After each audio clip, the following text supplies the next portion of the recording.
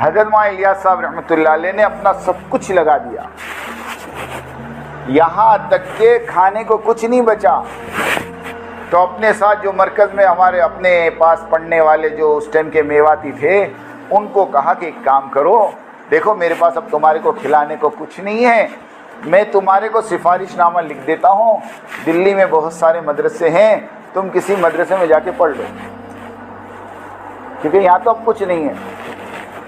تو ان بچوں نے اور میواتیوں نے، بچے تو نہیں بڑے تھے وہ، ان میواتیوں نے مولی الیاس سے کہا کہ اچھا ہم تو چلے جائیں دوسرے مدرسے میں، تو تم یہاں کیا کرو گے؟ کہا کہ دیکھو یہ درخت ہے، یہ درخت کا گولر کھا لوں گا، اور یہ حوض ہے، یہ حوض کا پانی پی لوں گا، اور میری زندگی کے جتنے دن بچے گزار دوں گا۔ گولر سمجھتے؟ گولر، ہاں وہ گولر ہوتے تھے اس زمانے میں۔ ایک بہت بڑے عالم وہ رمضان میں نظام الدین پہنچے، سوچے کہ یہاں تو افطاری کا دسترخوان بڑا بہترین ہوگا، رات کا کھانا بھی بڑا بہترین ہوگا، مرکز ہے پوری دنیا کا، تو دسترخوان پہ بیٹھے افطاری میں تو گولر، کہا ٹھیک ہے ابھی گولر سے افطاری کر لیتے ہیں، عشاء کے بعد تو کھانا ملے گا ہی۔ عشاء کے بعد بھی دسترخوان بچھا وہی گولر، سحری میں وہی گولر، جب میں پڑ گئے، پوچھا مولی الیاس سے، تو مولی الیاس نے کہا ہماری تو سحری بھی گولر، افطاری بھی گولر۔ ہمارے مولانا محبوب صاحب کہتے ہیں 1981 میں جب حیدرآباد میں اجتماع تھا تو حضرت جی مولانا انعام الحسن صاحب رحمۃ اللہ علیہ کے لیے پنڈال میں کولر لگایا گیا، تو مولانا انعام صاحب کہتے تھے کام گولر سے کولر تک پہنچ گیا۔ کیا کہتے تھے؟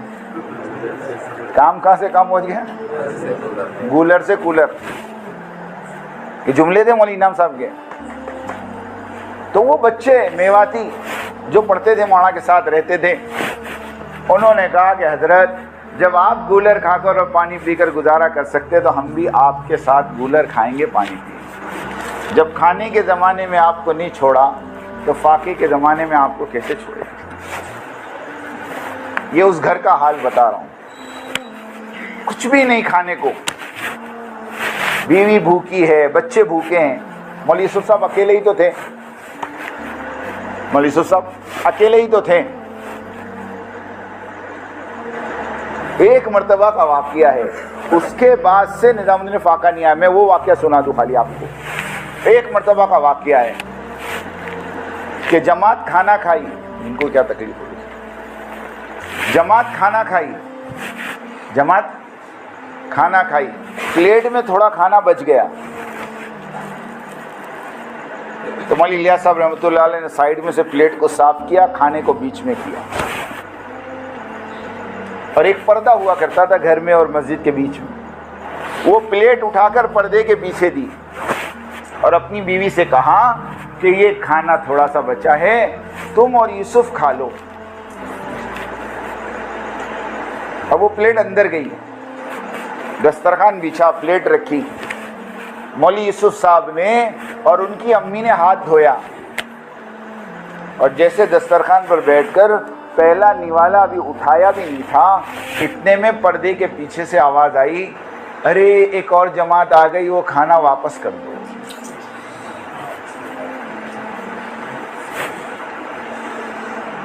ماں نے مولوی یوسف کا ہاتھ وہیں روک دیا کہ بیٹا رک جا، اور اٹھا کے وہ پلیٹ دے دی۔ بچہ تو بچہ ہوتا ہے نا، مولوی یوسف رونے لگے، مولوی یوسف صاحب چھوٹے سے تھے، رونے لگے۔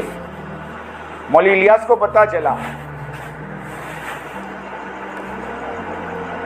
تو مولوی الیاس صاحب رحمۃ اللہ علیہ کو پتہ نہیں کیا ہوا، وہ اپنے کمرے میں گئے اور دروازہ اندر سے بند کر دیا، دروازہ اندر سے بند کر دیا، اور 20 منٹ یا آدھا گھنٹہ کچھ اندر کیا معلوم کیا کیا۔ اس کے بعد دروازہ کھول کے جب باہر آئے تو اپنی بیوی سے اور بیٹے یوسف سے اور اپنے ساتھیوں سے کہا کہ آج کے بعد اس چار دیواری میں قیامت تک فاقہ نہیں آئے گا، میں نے اپنے رب کو منوا لیا۔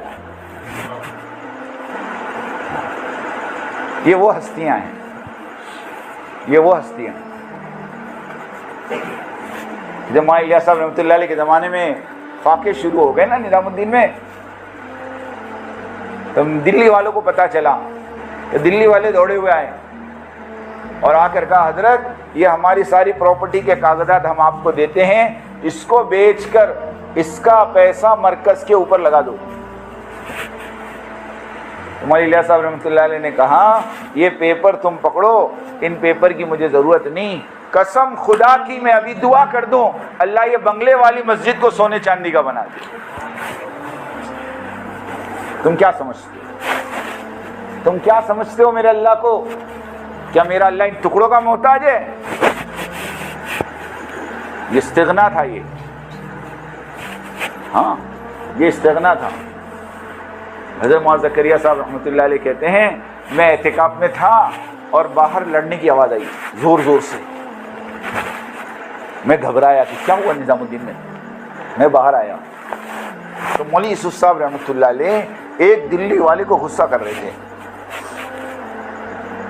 میں نے پوچھا کیا ہوا؟ تحقیق کی تو پتا چلا کہ وہ دلی والا بہت بڑی رقم لے کر آیا تھا مولوی یوسف کے پاس اور آ کر مولوی یوسف صاحب کو کہہ رہا تھا کہ میرا ہدیہ لے لو، اور وہ مولوی الیاس کا بہت قریبی ساتھی تھا۔ تو حضرت مولانا صاحب رحمۃ اللہ علیہ اتنا غصہ اس پر کہ پورا مرکز جمع کر دیا کہ تیری ہمت کیسے ہوئی یہ پیسہ یہاں لانے کی۔ مولانا زکریا صاحب نے پھر مولانا یوسف کو کہا اجی یہ تمہارے ابا کے ساتھیوں میں ہیں اور تمہارے ابا کے زمانے سے آتے ہیں یہاں۔ جب ابا کا نام سنا تو تھوڑے ٹھنڈے پڑ گئے۔ مولانا زکریا صاحب تو بڑے تھے، مولوی یوسف صاحب کے سسرے ہوتے ہیں، مولوی یوسف کو پکڑ کے اندر لے گئے اور وہ جو ساتھی تھے ان سے معافی مانگا، وہ ان کا مزاج تھوڑا گرم ہے، یہ غصہ ہو گئے، معاف کرنا۔ تو وہ جو مالدار آیا تھا اس نے کہا کہ نہیں تمہارے معافی مانگنے سے میرا اتنا اثر نہیں ہوا جتنا اس آدمی کا استغنا دیکھ کر اثر ہوا۔ کتنا بے پرواہ آدمی اور کتنا اپنے آپ کو مال سے دور رکھنے والا آدمی کہ وہ مال بھی واپس لے گیا اور کہتے موت تک اس آدمی نے تبلیغ میں جان لگائی۔ میں مولوی الیاس صاحب کی بات کر رہا تھا، مولوی الیاس صاحب نے دعا کی کہ فائقہ نہیں آئے گا۔ پھر اللہ نے مولوی الیاس صاحب کو بلا لیا، پھر مولانا یوسف صاحب امیر بنے۔ تو ہم جو کہتے ہیں نا اختلاف تو اس زمانے میں بھی ہوا۔ جب مولانا الیاس صاحب رحمۃ اللہ علیہ کے بعد مولوی یوسف کو امیر بنایا تو مولوی یوسف صاحب تبلیغ میں نہیں لگے تھے، وہ تو اوپر بیٹھ کر کتاب لکھ رہے تھے۔ حضرت مولانا الیاس صاحب رحمۃ اللہ علیہ بار بار اپنے میواتی ساتھیوں کو کہتے تھے جاؤ یوسف کو کہو تبلیغ میں حصہ لیں، مگر وہ پورا دن اوپر کمرے میں بند رہتے تھے۔ لیکن کس کو معلوم تھا کہ اوپر جو کام ہو رہا تھا وہ تبلیغ کا ہی ہو رہا تھا۔ تو کیا کام ہو رہا تھا اوپر؟ حیات الصحابہ لکھی جا رہی تھی، حیات الصحابہ لکھی جا رہی تھی۔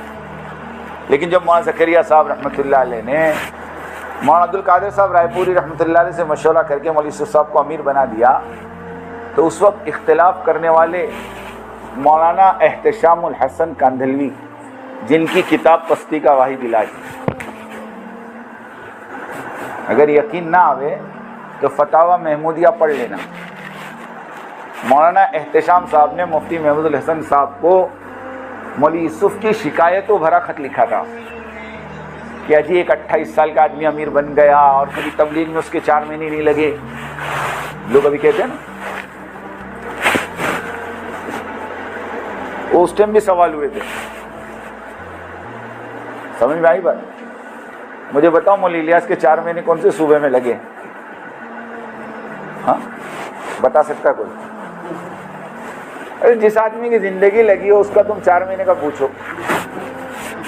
ہاں عجیب بات ہے۔ تو مولانا احتشام صاحب مرکز چھوڑ کے چلے گئے۔ مولانا انعام صاحب کے بارے میں ملتا ہے مولانا انعام صاحب خود 1.5 سال کے لیے مرکز چھوڑ کے چلے گئے۔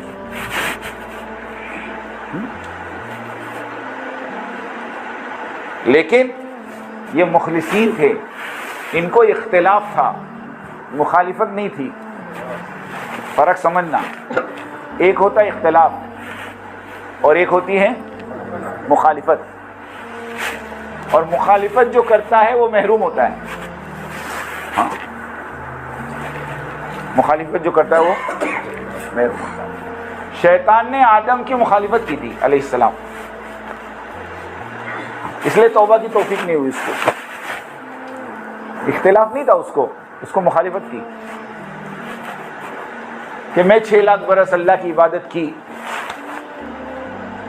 میں اتنا بڑا عابد، اور مجھے چھوڑ کے اللہ یوں کہے انی جاعل فی الارض خلیفہ، کہ زمین کا خلیفہ میں انسانوں کو بناؤں. یہ ہے کون میرے سامنے کا بچہ؟